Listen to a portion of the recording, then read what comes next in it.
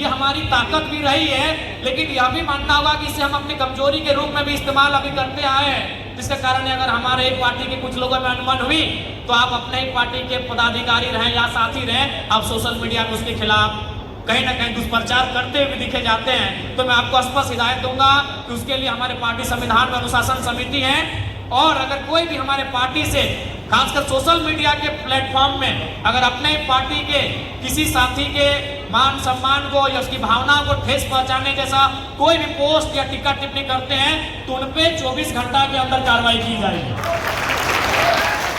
आपको जो भी शिकायतें होंगी, जब तक जिंदा है तब तक निंदा है, हम जब तक जिंदा है तब तक निंदा होगी। हम कितना भी अच्छा काम क्यों ना करें, निंदा होगी। कई उदाहरण ऐसे हैं जिनको हम लोगों ने कितना सहयोग किया लेकिन अभी वो हमारे खिलाफ हैं। तो ये सारी चीजें होंगी कि जब तक आप जिंदा हैं तब तक निंदा होगी, लेकिन आप निंदा सोशल मीडिया के प्लेटफॉर्म में ना करके पार्टी के प्लेटफॉर्म में करें। आपको हम ये हिदायत देना चाहेंगे, बिल्कुल आप पार्टी के प्लेटफॉर्म में वह निंदा करें, जो भी आलोचना है, जो भी आपकी आपसी असहमति है, जो आपकी नाराजगी है, वो पार्टी के फोरम में करें। और चूंकि अब हम लोग विधिवत रूप से केंद्र कमेटी हमारी गठित हो जाएगी, प्रदेश कमेटी गठित हो जाएगी, महिला विंग गठित हो जाएगी, युवा विंग गठित हो जाएगी, माइनॉरिटी एसटी एससी तमाम विंग गठित हो जाएगी, तो वहां पार्टी फोरम में जाकर उस बात को रखेंगे। और वो हमारे संविधान में भी वर्णित है कि जिला कमेटी 15 दिन में बैठक करेगी या 30 दिन में, प्रदेश कमेटी 30 दिन में करेगी या 45 दिन में, केंद्र कमेटी 45 दिन में करेगी या 60 दिन में, वो सारे हमारे संविधान में वर्णित है। तो आप उस बैठक में भाग लें, मौखिक रूप से, लिखित रूप से आप उस प्लेटफॉर्म में अपनी निंदा को रखने का कार्य करें। मैं आपको यह स्पष्ट कहना चाहूंगा, क्योंकि आज आपसे लोगों की उम्मीदें हैं।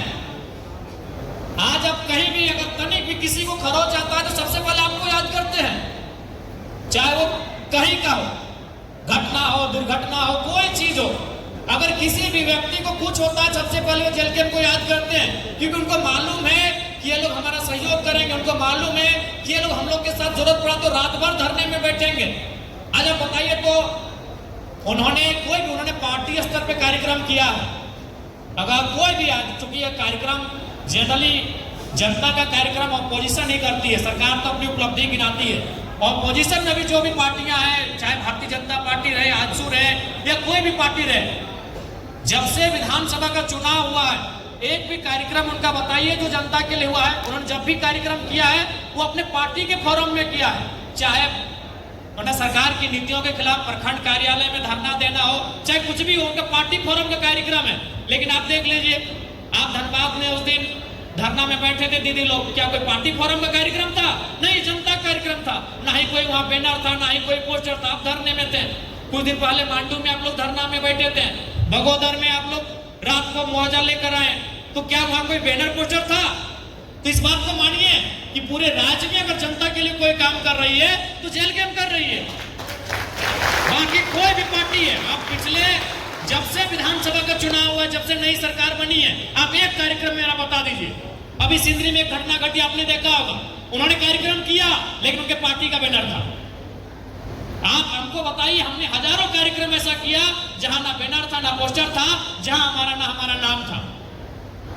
चूंकि ये हमारी आदत बन चुकी है, ये हमारी लत बन चुकी है कि जनता को समस्या होगी, जनता मुसीबत में होंगे तो हम वहां खड़े पाएंगे।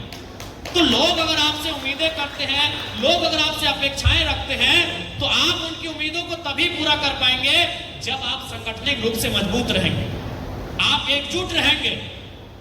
इसलिए आपसे आग्रह होगी, आप सभी से मेरा, कि आप आपसी एकजुटता को, आपसी भाईचारे को और भाईचारा भी, हालांकि कोई बोलता नहीं लेकिन दीदी लोग का बहुत ज्यादा एक्टिव मोड में रहती हैं, भाईचारा में दीदी लोग को भी जोड़ दिया जाता है, क्योंकि पुरुषवादी समाज रहा है हमारा। तो इस चीज को बरकरार रखेंगे आप।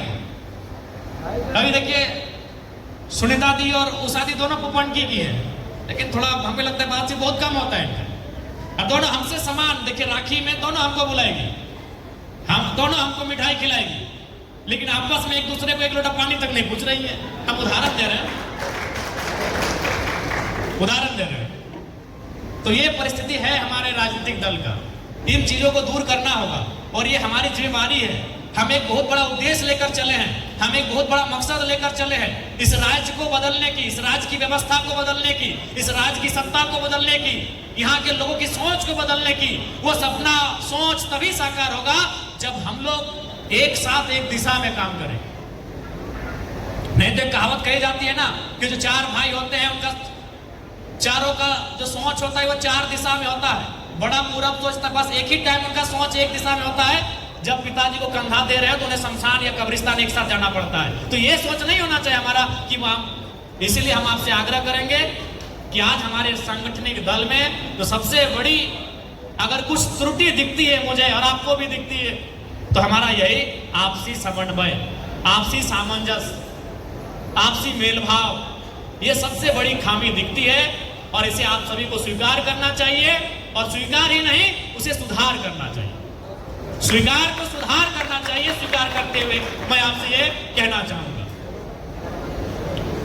तो ज्यादा समय नहीं लेंगे, चूंकि आप लोग काफी दूर दराज से आए हैं और हमारे आज के इस कार्यक्रम का उद्देश्य केवल अपने पार्टी को, झारखंड लोकतांत्रिक क्रांति मोर्चा का जो सांगठनिक ढांचा है और उसमें जो सबसे पहले आता है वो केंद्र कार्यकारिणी आती है।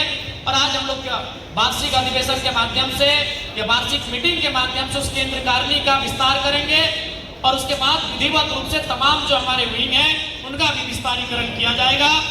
और इसी उम्मीद और आशा के साथ कि आप लोग आने वाले जो दिन है, आने वाले जो समय है, जो चुनौतियां आएंगी, जो परिस्थितियां आएंगी, उनका सामना करते हुए, उन्हें स्वीकार करते हुए बहुत ही सशक्त होकर मजबूती के साथ आगे बढ़ने का काम करेंगे। मैं आपसे ये आशा रखता हूं और आपसे ये भरोसा रखता हूं।